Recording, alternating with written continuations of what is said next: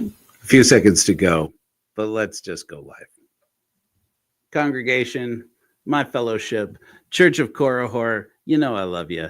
And here we are. It's time for Wednesday service. Where you whores at? We're going to get started with a holy hymn here. We're going to get started just a few seconds early from the 7 o'clock showtime. We got to get this stuff nailed out. We got to do enlightenment, and we got to talk about some updates, and we got to get it all done before 7:30 because Coach is going to be here. We're going to have Coach on the show. I mean, that he, barring that something bad happens. I don't think something bad's going to happen. I don't believe in jinx. So let's have an opening hymn. It's the Coach. He's already here, and we love him. We love our Coach. I gave you a link to the other studio. Didn't I, Coach? Did I give you the link to the studio? Anyway, let's have opening hymn. If there's a request, you got to get it in before I pick one. I was hoping to have our new hymn. Okay, I wrote a hymn, you guys, yesterday. That's my favorite so far. It's called Freidenker, which is free thinker in German. Those of you who saw my... oh, shit. Sorry, Coach. I'll send it to you now. I'll send it to you by email. Know that I talked about Max Sievers. We got one lick my cupcake. You gotta get a second for lick my cupcake or another one. I was surprised to see that the bishop, that our friend Nathan Hinckley, he really likes Okorihor. was the first one that I wrote. So that's cool, man. That's cool. So we got one licked cupcake. And surprise, surprise, it's Kurt Manwaring. How you doing, Kurt? Did you guys tune in for my conversation with Kurt Manwaring a couple of weeks ago on Wednesday service? I mean, it's really good. I mean, it was so good. I learned a lot about the experience of people who are differently abled, and particularly about blindness, and so and how we can improve services for people who are not seeing, and and who are neurodivergent, which Kurt has the blessing of having both of those at the same time. Let's see here. Lick my cupcake. Let's do it. I'll see if I can get my ducks in a row before Linger Longer. I'm going to throw the link to Linger Longer in the chat. Those of you who are here live, because I don't think I put it in the description, but I'll throw it in the chat. All right, here we go. Gum stuck to my shoe, heavy petting in the neon hue, cracked vase on the kitchen floor. I get what I want, then I want more.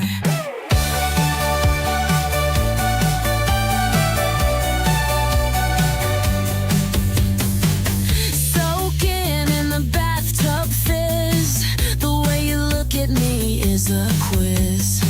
Hair teased high like a wild storm, in your arms I feel so warm.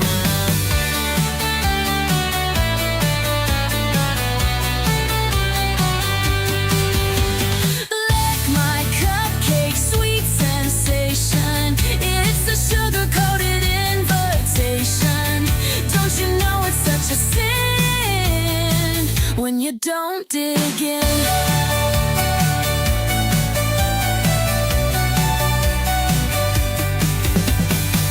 ripped tights and a leather jacket, got a secret, can you hack it?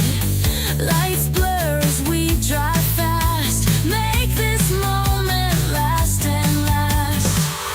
Pink lipstick on your collar screen, we make a pretty reckless team.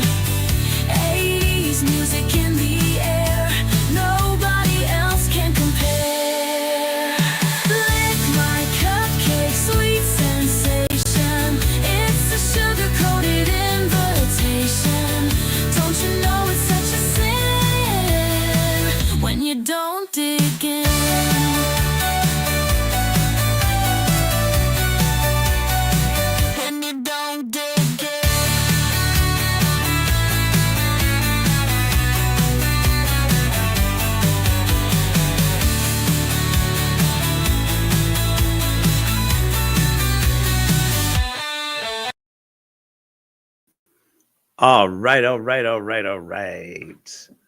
I love it. Let's do another one. I can't get away from this. We got too many good hymns. Let's do one more. Let's do one more. Just humor me. Just humor me. Let's do let's do More Money Than God, because I got to tell you guys about some things I've been working on, and I've been listening to More Money Than God on like repeat. So let's just listen to it just because I want to talk about it.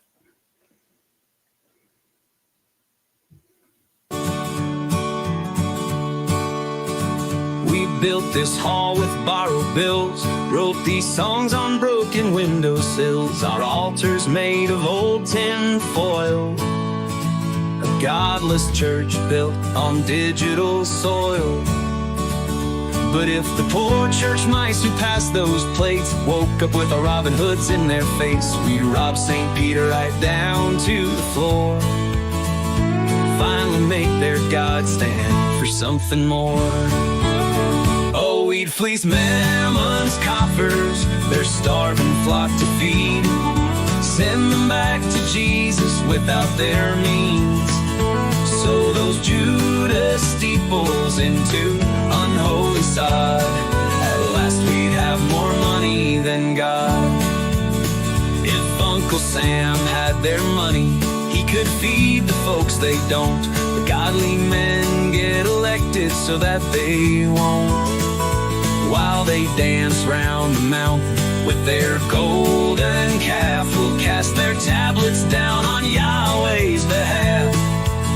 When saints who pay to pray in their pews look to Korah, get some good news. Oh, we'd fleece Mammon's coffers, their starving flock to feed, send them back to Jesus without their means, sow those Judas steeples into unholy sod. At last we'd have more money than God. Their golden gates won't let us in, nor the widows might redeem their sins. Graven images paint a hell so bold, but golden plates can't indulge their souls.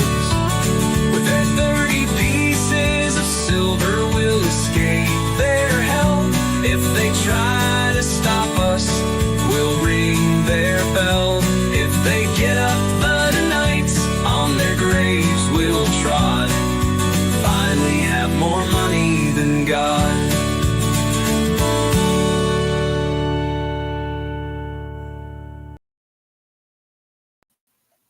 Oh, I do love it. I do love it.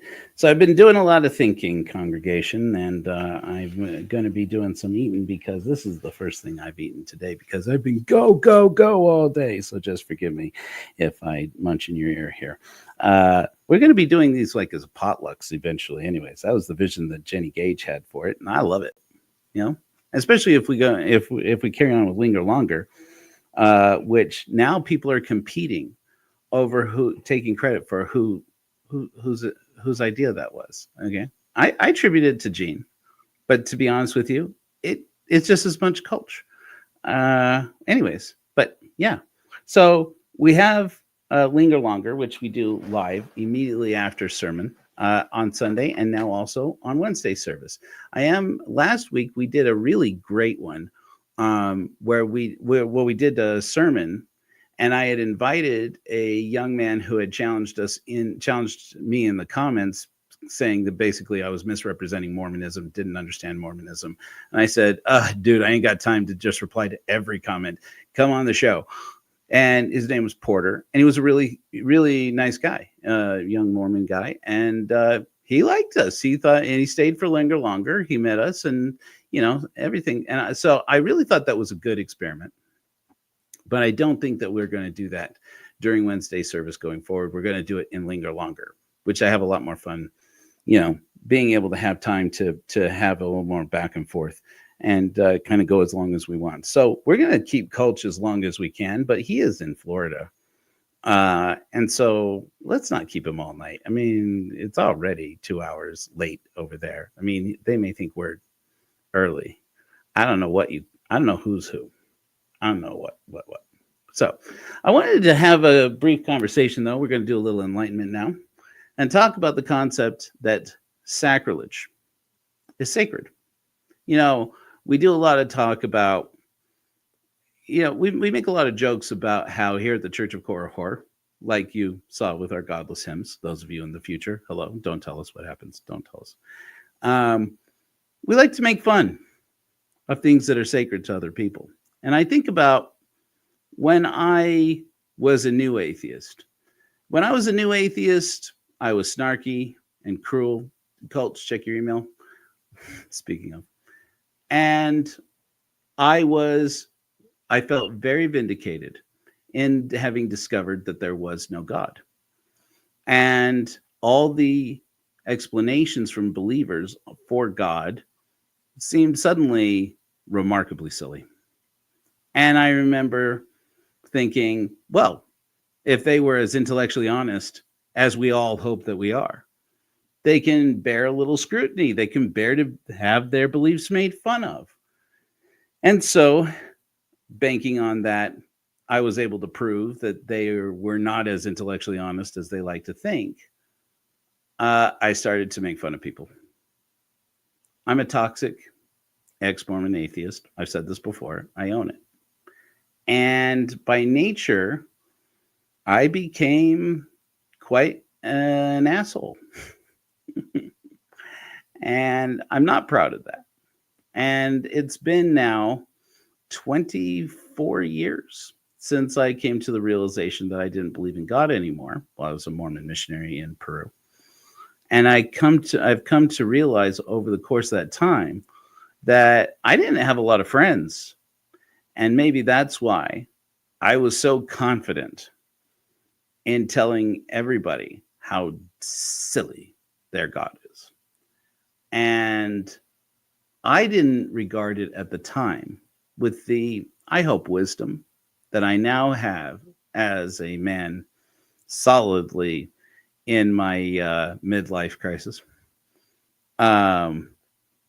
Which I didn't realize I thought that was like a thing you go through and then go out of. I didn't realize it was like just the start of the spiral. A spiral, a panic, if you will. And I came to realize that over time that my act of making fun of somebody else's sacred ideas and sacred concepts was a spiritual act, an act of spiritual defiance, if you will. And I didn't do it because it made them feel bad. So, or at least I didn't think I did to make other people feel bad. I did it because it made me feel good. It made me feel better about myself. And more importantly, every time I did it, it was like, it was like what people described sacrilege and blasphemy to be, spitting in the face of God.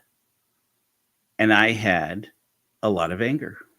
I had a lot of anger about how God abused me in my perspective, even while maintaining I didn't think God was real. And some people who are believers will point this out. And I think what's caused me to change my perspective and my behavior is to consider, if I were really being intellectually honest, the feedback of believers when they say, okay, you claim to think God doesn't exist, but you say all these things that are obviously meant to be hurtful to God. And you say it's to be hurtful to us. But isn't it kind of also because you kind of hope there's a God who's feeling all of that, who's going to be upset with you so that you can show him how angry you are? The brief answer is no, I don't. I don't think that there's a God, and I don't think that he's offended. And I also had given up hope that there's a God. And that is the hope that people who are believers tend to have. And so when we hurt people's feelings for believing in God, it's easy to forget that this act meant to make us feel good or feel superior or feel avenged lands on people who and crushes their hope a little bit. And whether or not there is an objective morality, I couldn't feel good about it anymore. And it ruined it. Damn it. But then I come to realize also, as I was forming the Church of Korihor, I never would have come to that conclusion if I hadn't done some acts of sacrilege. Because there is a grieving process. And I know you guys are probably tired of hearing me say this, but those of you people in the future who maybe this is your first time, or maybe there's some people out there, this is your first time hearing one of our sermons and or enlightenments, probably don't know. But I have said that from the time that God was dead to me, I needed a funeral for God. I needed to be able to get my anger out. Not just at God for not being there for me, which I am angry about. Well, I was. But my anger that he was gone and that I have to do the rest of this alone. That whatever it was that I had when I believed in the Mormon God is going to be missing now.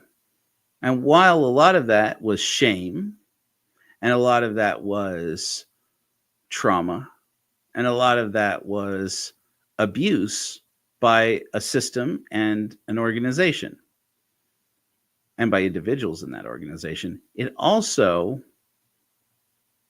was my comfort. It was my hope. And while I could say with words that I am getting by just fine without it, that wasn't true.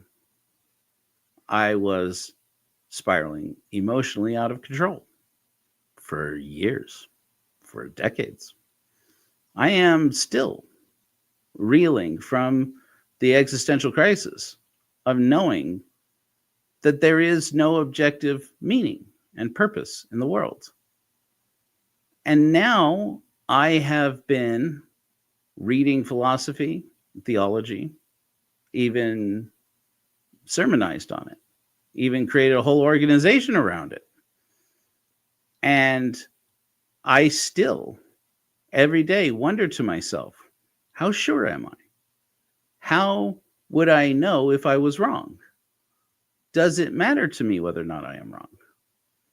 And in that way, I commit acts of sacrilege against my own sanctified idea that I'm entitled to be offensive to the God that I came from.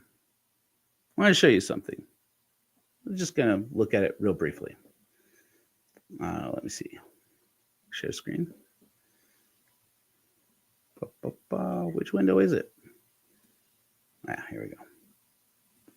This may be a little bit shocking. You probably won't know it right away. I'm going to trigger warn you. It's going to get more shocking as I tell you about it.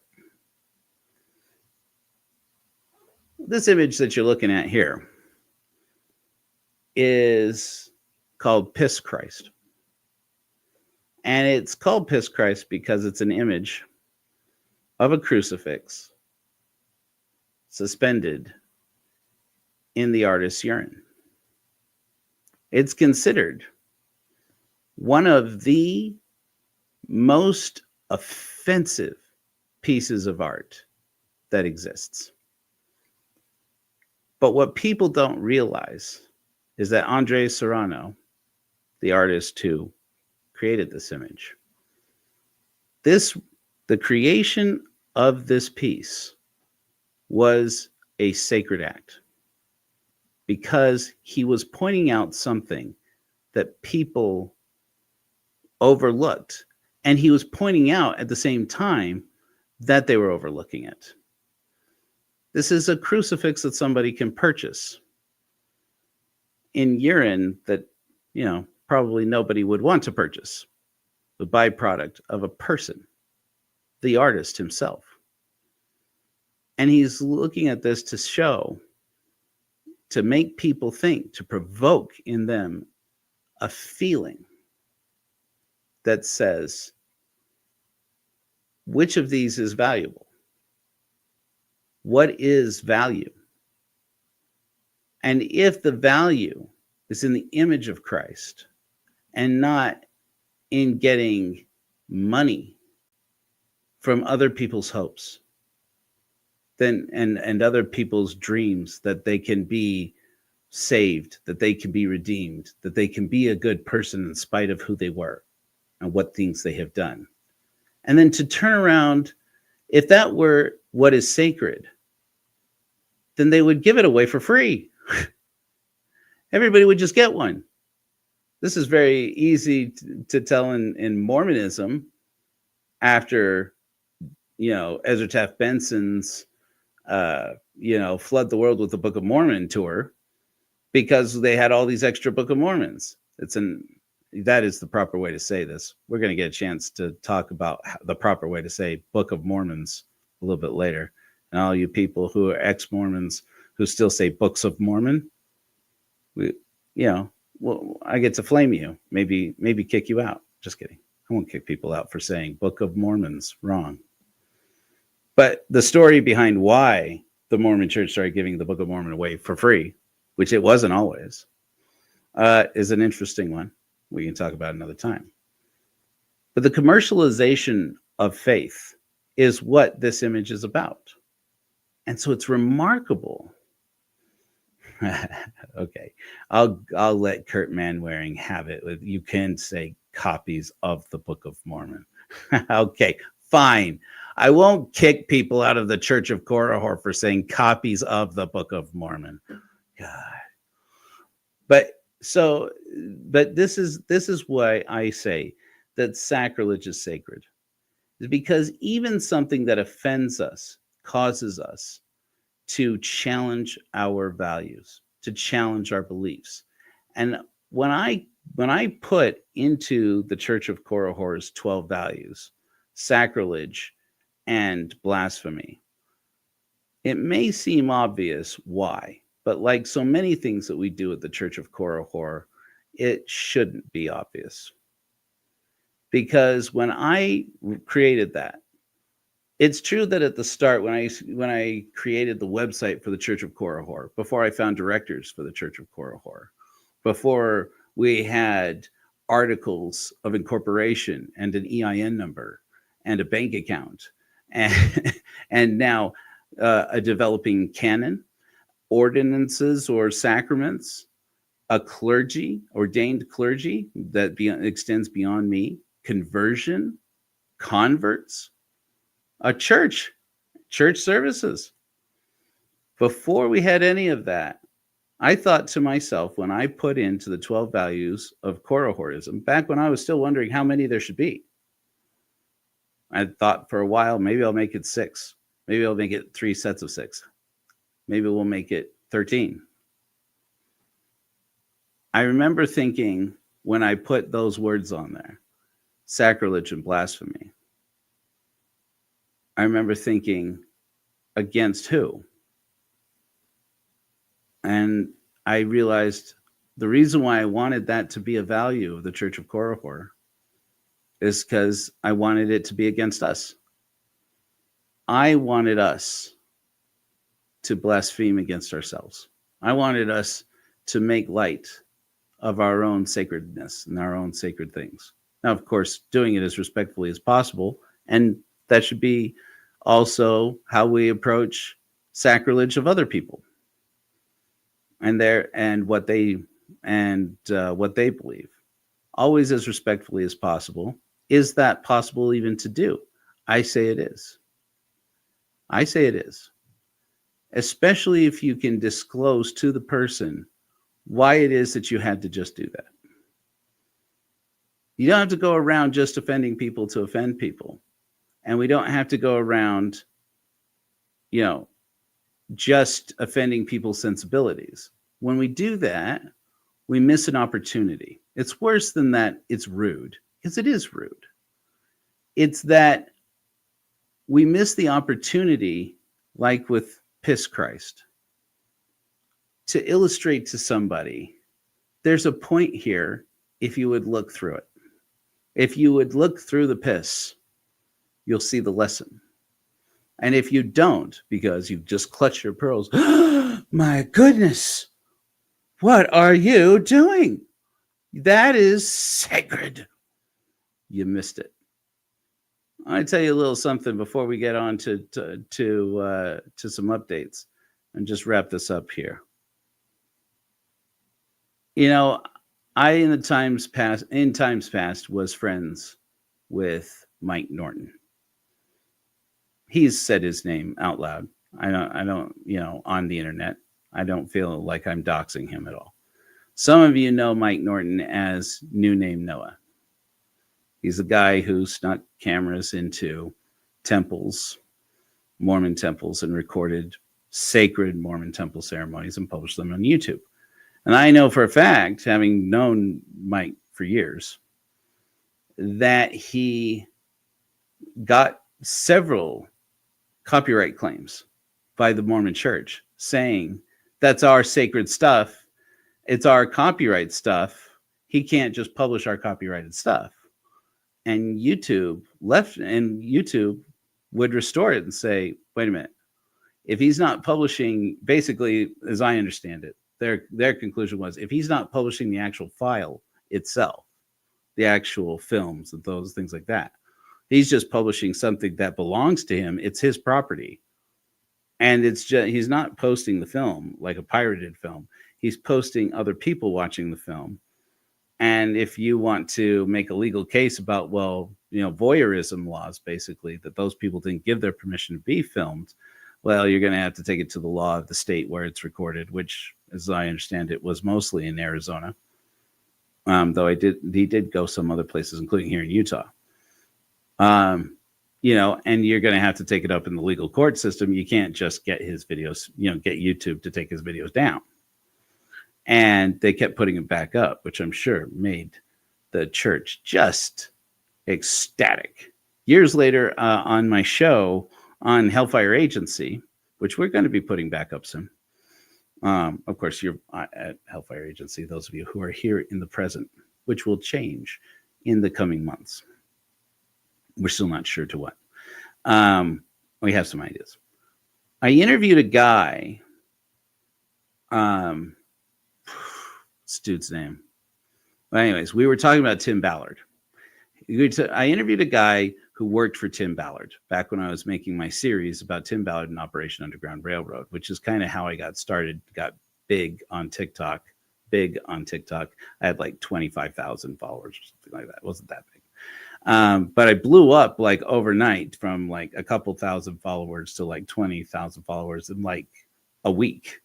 And because the movie Sound of Freedom came out. Hey, how's it going, Modern Ape? And, and I was one of the few TikTok creators actually making content about Tim Ballard back then when it came out, the weekend it came out in theaters. And, and I interviewed this guy who was, why can't I remember his name? Who was Tim Ballard's basically social media guy. And he'd gotten that job as a referral from the Mormon Church because he worked for the Mormon Church doing their social media back in the days. If I remember correctly, it was back in the days of like the whole "And I'm a Mormon" campaign.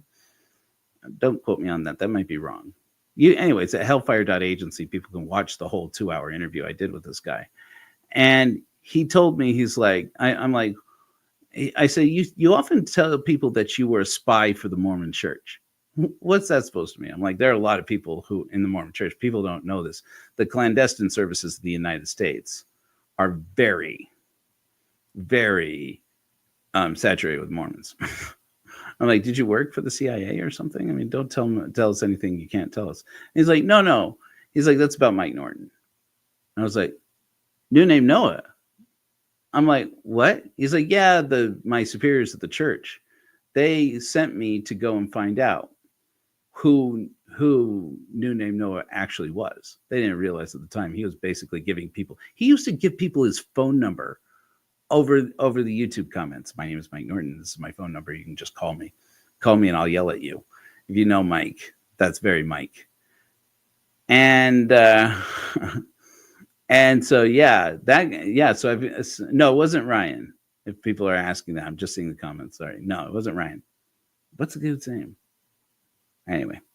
But basically the church asked him to use his secret, social media ways to find out who this guy is.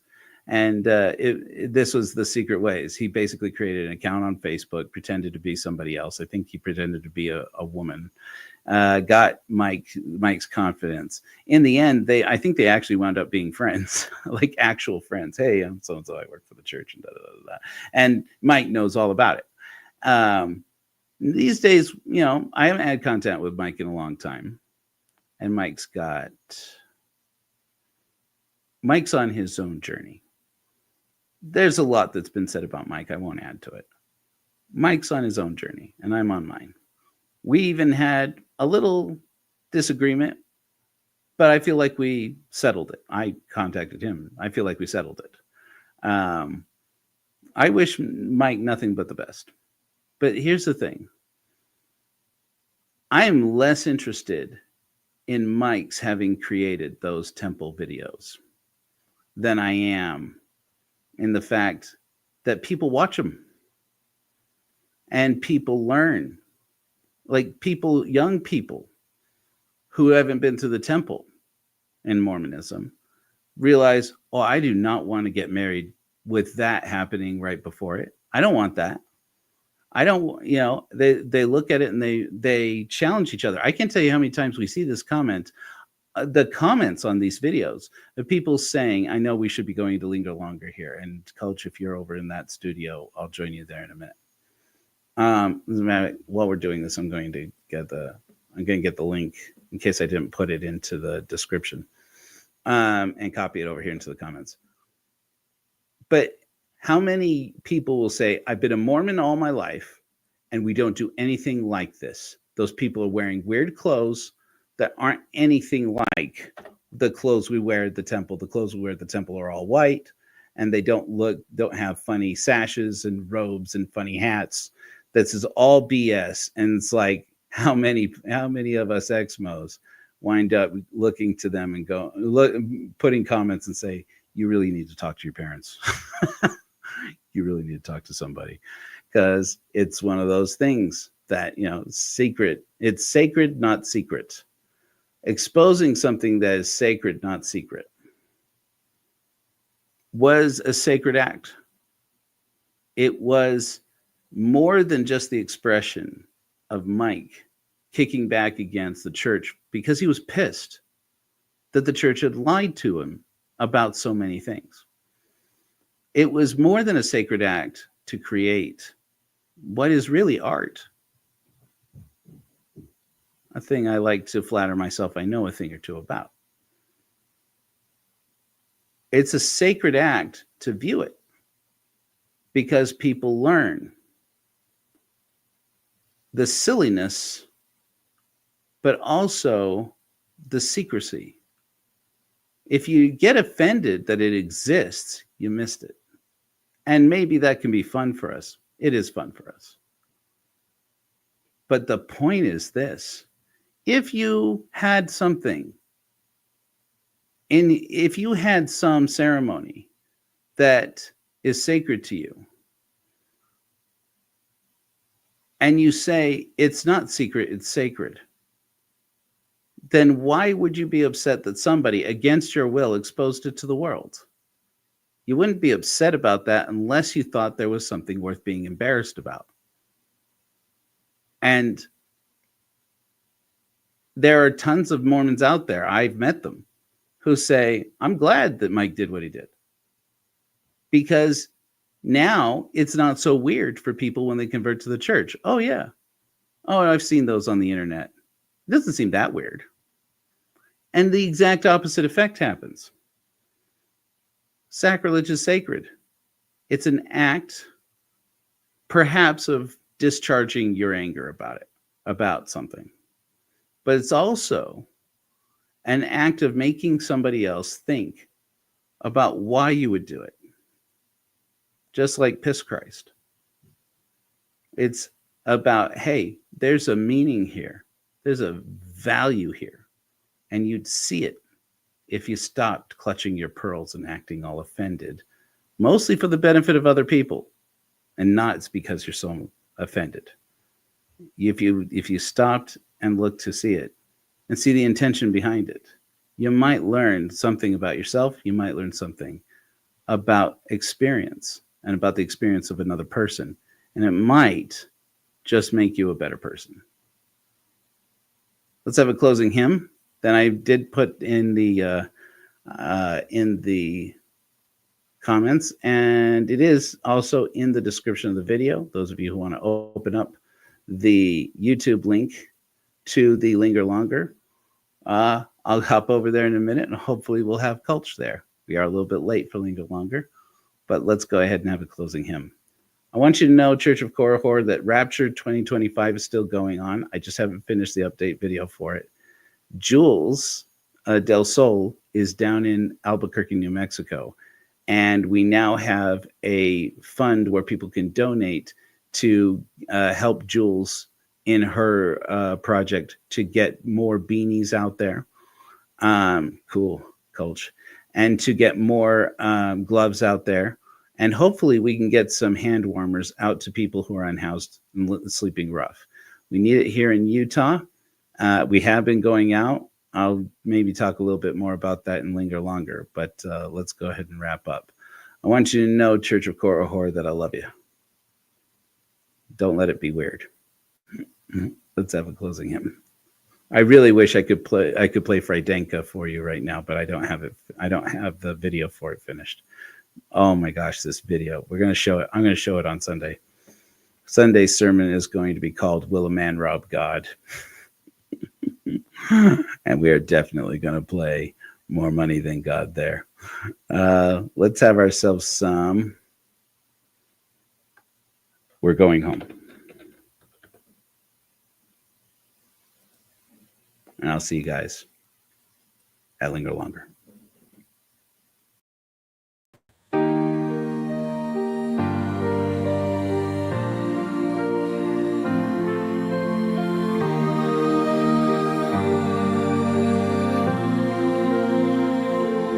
Guide me by morning light, keeping home in my sight.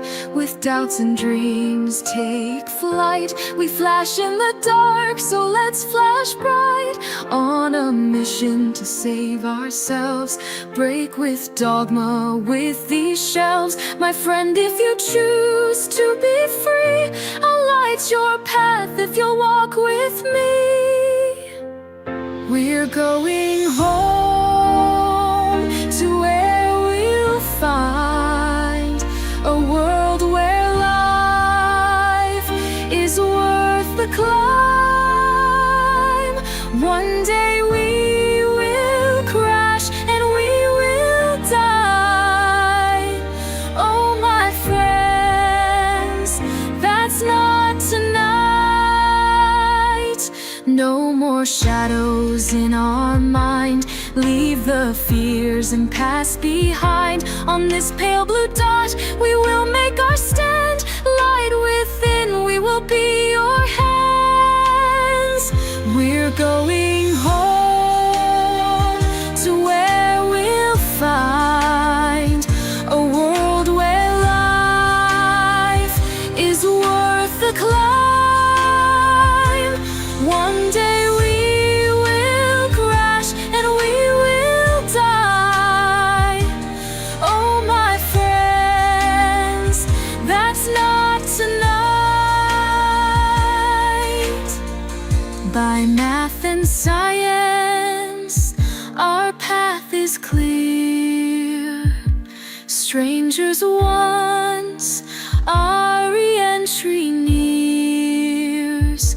Sighting land, we'll quit this sea.